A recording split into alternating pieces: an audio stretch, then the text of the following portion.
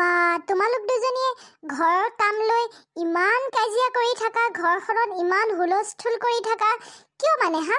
তোমালোকে বাই ভনীৰ নিচিনা মিলি পেলে ঘৰৰ কামকেইটা কৰিব নোৱাৰানে? কিনো এনে কাম আছে ঘৰখনত? বনাব লাগে, খাব লাগে, সৰু সুৰা কামকেইটা। আৰু মই যিমান পাৰোঁ পাচলি কাটা কিবা কিবি এইখিনিতো মই কৰিয়ে দিওঁ, হয়নে? মইতো নকৰাকৈ নাথাকোঁ। কেতিয়াবা চাহকাপ খালেও মই তোমালোকে যদি কিবা ব্যস্ত থাকা মই নিজে বনাই কৰি খাওঁ। কেতিয়াবা ৰুটিটোও বনাওঁ, ভাত সাজো বনাওঁ। হা, এতিয়া বয়স হৈ আহিছে, অকণমান গা চা কঁকাল চকাল বিষাই থাকে কাৰণে দায়িত্ববিলাক ল'ব নোৱাৰোঁ। তোমালোকক দায়িত্ববিলাক ল'বলৈ দিছোঁ ভালকৈ। তোমালোকে নিজৰ ঘৰ নিজে থাকি পালে খাই বৈ মিলা প্ৰীতিয়ে থাকিব লাগে। ইমান তোমালোকে দুইজনীয়ে কাজিয়া কৰি থাকা, বাহিৰৰ মানুহেও শুনে, গম পোৱানে? মই একো কাজিয়া কৰা নাই মা। এই ৰীণা বিয়া হৈ অহাৰ পৰা ঘৰখনত একেবাৰে শান্তি নোহোৱা হৈছে। হয় নেকি বৌ? এতিয়া মানে মোৰ কাৰণেহে কাজিয়া হ'ল? মইহে মানে অকলে কাজিয়া কৰিলোঁ।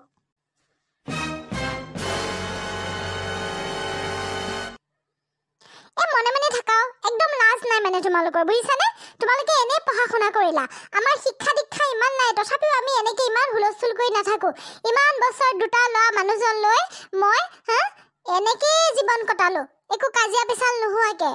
তোমালোকৰ নিচিনা বহুত হাই কোৱালিফাইড নহ'ব পাৰোঁ, কিন্তু ময়ো সেই স্কুলৰ মাষ্টৰণী এজনী আছিলোঁ। নিজৰ কাম, অফিচৰ কাম কৰি পালেও আকৌ মই ল'ৰা দুটাক স্কুল পঠাই টিফিন দি, নিজৰ টিফিন লৈ মানুহজনকো মানে তোমালোকৰ শহুৰ দেউতাকো দোকানলৈ পঠাই, তাৰপিছত আকৌ আহি মই শাহু শুশ্ৰূষা কৰিও মই চলাইছিলোঁ।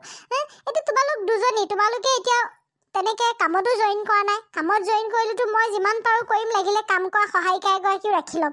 এতিয়া তোমালোকে ঘৰতে আছা দুইজনী, সেইকাৰণে মিলা প্ৰীতিয়ে কামকেইটা কৰিবলৈ দিছোঁ। ময়ো যিমান পাৰোঁ সহায় কৰিয়ে দিওঁ দিয়াচোন। তাৰপিছতো তোমালোকে ইমান কাজিয়া লাগি থাকা, বাপৰে, মই মানে পাগল হৈ গৈছোঁ দেই। এই তোমালোকৰ চিন্তাই মোৰ মানে একদম প্ৰেছাৰটো হাই, মানে নৰ্মেলে নোহোৱা হ'ল, হাইয়ে হৈ থাকে, বুজিছা? আমাৰ ঘৰখনত মই তোমালোকক ইমান ধৰা বন্ধা ৰুলো বান্ধি দিয়া নাই যে তোমালোকে ওৰণি লৈ থাকিব লাগিব, কিবা কৰি থাকিব লাগিব, সদায় চাদৰ মেখেলাই পিন্ধি থাকিব লাগিব। তোমালোকক মই কাপোৰ পিন্ধা স্বাধীনতা দিছোঁ। গৰম লাগিছে চুইজাৰ পিন্ধা, কিবা পিন্ধা, শাৰীখন পিন্ধি অশান্তি লাগিছে, পাৰ্লাৰ যোৱা, ষ্টাইল কৰা, ঘূৰা ফুৰা, সকলো স্বাধীনতা দিছোঁ। ভাতকেইটাও মই যিমান পাৰোঁ বনাওঁৱেই। এতিয়া মোৰ দেহাটো পৰি আহিছে কাৰণে তোমালোক দুজনীক দায়িত্ববিলাক দিছোঁ। বেছি সময় পাকঘৰত মই থিয় হৈ থাকিব নোৱাৰোঁ, বয়সৰ লগে লগে গা হেলি গৈছে। মই ভাবোঁ মোৰ নিজৰ ছোৱালী দুজনী আছে, তোমালোকক মই তেনেকৈ ভাবোঁ। ছোৱালীটো মই জন্ম দিয়া নাই, এই তোমালোকে মোৰ বোৱাৰী, তোমালোকে মোৰ ছোৱালী, সমস্ত ঘৰখন মই তোমালোকক এৰি দিছোঁ। তোমালোকে ধুনীয়াকৈ মিলা প্ৰীতিয়ে এজনীয়ে ইটো কৰিবা, এজনীয়ে সিটো কৰিবা। পাচলিকেইটা কাটিবলৈ মোকে দিবা, ময়ে কাটি দিম। সৰু সুৰা যোনখিনি কাম মই বহি পেলাই কৰিব পাৰোঁ সেইখিনি মই কৰি দিম, হয়নে? বাকী মতা মানুহকেইটাওতো ঘৰত ইমান আপত্তি নাই। ভাতকেইটা খাই দেউতাৰাই দোকানলৈ ওলাই যায়, বোপাহঁতো এফালে অফিচলৈ ওলাই যায়। তাৰপিছততো দিনটো তেনেকৈ কামেই নাথাকে তেওঁলোকক বনাই কৰি খোৱাৰ পিছত। টিভি চিভি চাই থাকোঁ দিয়াচোন, আমি তিনিজনীয়ে, ইমান কামো নাই। মোৰ ৰিটায়াৰমেণ্টৰ পিছৰ পৰাতো ময়ো প্ৰায় আজৰি হোৱা নিচিনাই। এতিয়া তোমালোকে খালি কাজিয়া কৰি থাকিবা। বাচনহে বোলে বেছিকৈ থ'লে, পাচলিকেইটা বোলে কাটি নিদিলে, ভাতকেইটা মই এতিয়া বনালোঁ, বৈ নবনালে। ইমান মানে তোমালোকৰ ৰিজহা বতৰা। এনেকৈ কোৱাচোন বাৰু, ইমান পঢ়া শুনা ছোৱালী তোমালোক, কিয় তোমালোকে এনেকৈ কৰি আছা? মই কিন্তু বহুত বেয়া পাইছোঁ, বুজিছানে? মই বহুত দুখ পাইছোঁ। তোমালোকে যে এই সৰু সুৰা কামকেইখনৰ কাৰণে ইমান হুলস্থুল কৰি থাকা, মই বহুত বেয়া পাইছোঁ, বুজিছানে? ঘৰখনত বহুত একো কাম থকা হওক, কি কৰিলা হওক কোৱাচোন? গাঁও জেগা নহয় বোলে গৰু ছাগলী আল মাৰিব লাগে, একো কৰিব নালাগে। কি ক'ম আৰু, গতিকে মই বহুত ভাবি চিন্তি এটা সিদ্ধান্ত লৈছোঁ, বুজিছানে?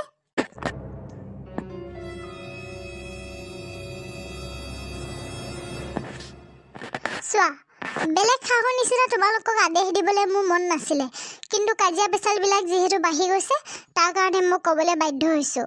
ৰাতিপুৱা কামখিনি সৰু বোৱাৰীয়ে কৰিবা, আৰু মানে যোনখিনি ঘৰ সাৰা ধৰি লোৱা বাচন ধোৱা এইখিনি কাম সৰু বোৱাৰীয়ে কৰিবা, আৰু ডাঙৰ বোৱাৰীয়ে বনোৱাত লাগিবা। তাৰপিছত দুপৰীয়া কামখিনি মই কৰিম, দুপৰীয়া মই ৰান্ধিম, আকৌ ৰাতি সৰু বোৱাৰীয়ে বনাবা, আৰু ধোৱা পখলা কামখিনি ডাঙৰ বোৱাৰীয়ে কৰিবা। যেতিয়া যোনে বনাবা বাকীজনীয়ে ধোৱা পখলা সাৰা মোচা এইখিনি কাম কৰিবা। আৰু বাকী আৰু মাজে মাজে চাহকণ দি আৰু সেইকণো যদি আৰু ৰুটিন বনাই দিব লাগে তেনেহ'লে এখন ঘৰেই নহয়, এখন হোটেল, নহ'লে এইটো কিবা এটা বিজনেছ বুলিহে ক'ম আৰু। বাকী দুপৰীয়াটো পৰি হৈ হ'লেও মই ৰান্ধিম, চবকে খুৱাম, মই বহি নাথাকোঁ। নহ'লে ক'বা নহয় মায়ে আদেশে দিয়ে নিজে একো নকৰে, মই তেনেকুৱা শাহু নহয়। মই দুপৰীয়া কামখিনি কৰিম, বাকী ৰাতি আৰু ৰাতিপুৱাটো তোমালোকে মিলাই ল'বা। কাৰণ দেহাটো পৰি আহিছে, ৰাতিপুৱা ৰাতি অকণমান মোৰ অসুবিধা লাগে, ৰাতি ভালকৈ চকুও দেখা নাপাওঁ। ৰাতিপুৱা সেই বিচনাৰ পৰা উঠোঁতেই গা চা বিষায়। দুপৰীয়া আগত মানুহজনী ঠিক থাকোঁ, ঔষধ পাতি খাই দুপৰীয়া মই বনাম। আৰু এতিয়াও যদি তোমালোকৰ কিবা আপত্তি আছে আৰু তেনেহ'লে মই বেলেগ সিদ্ধান্ত ল'বলৈহে বাধ্য হ'ম। ঠিক আছে মা, মই একমত। ময়ো একমত মা, এনেকৈ ভগাই দিয়াৰ কাৰণে ভাল হৈছে। অঁ চাবা যাতে মই একো খেলি মেলি নাপাওঁ। ঠিক আছে হ'ব দিয়া, মই আহিলোঁ।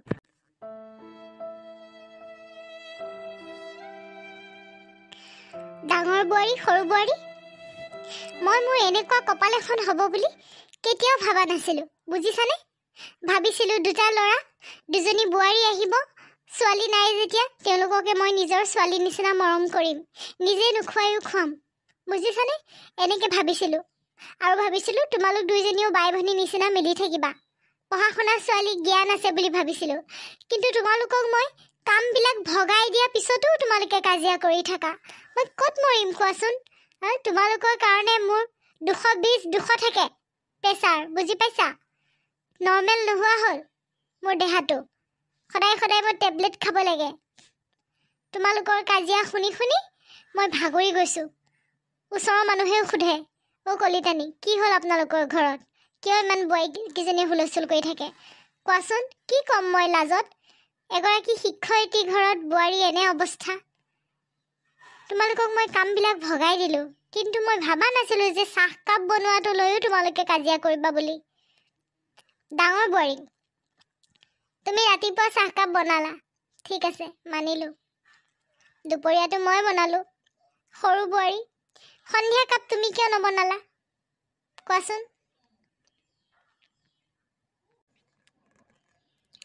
মা, ডাঙৰ বৌয়ে মোক ক'লে ঘৰত বনাবলৈ পাচলি নাই, সেইকাৰণে ক'লে যে মই চাহ বনাম, তুমি বজাৰৰ পৰা পাচলি লৈ আহাগৈ।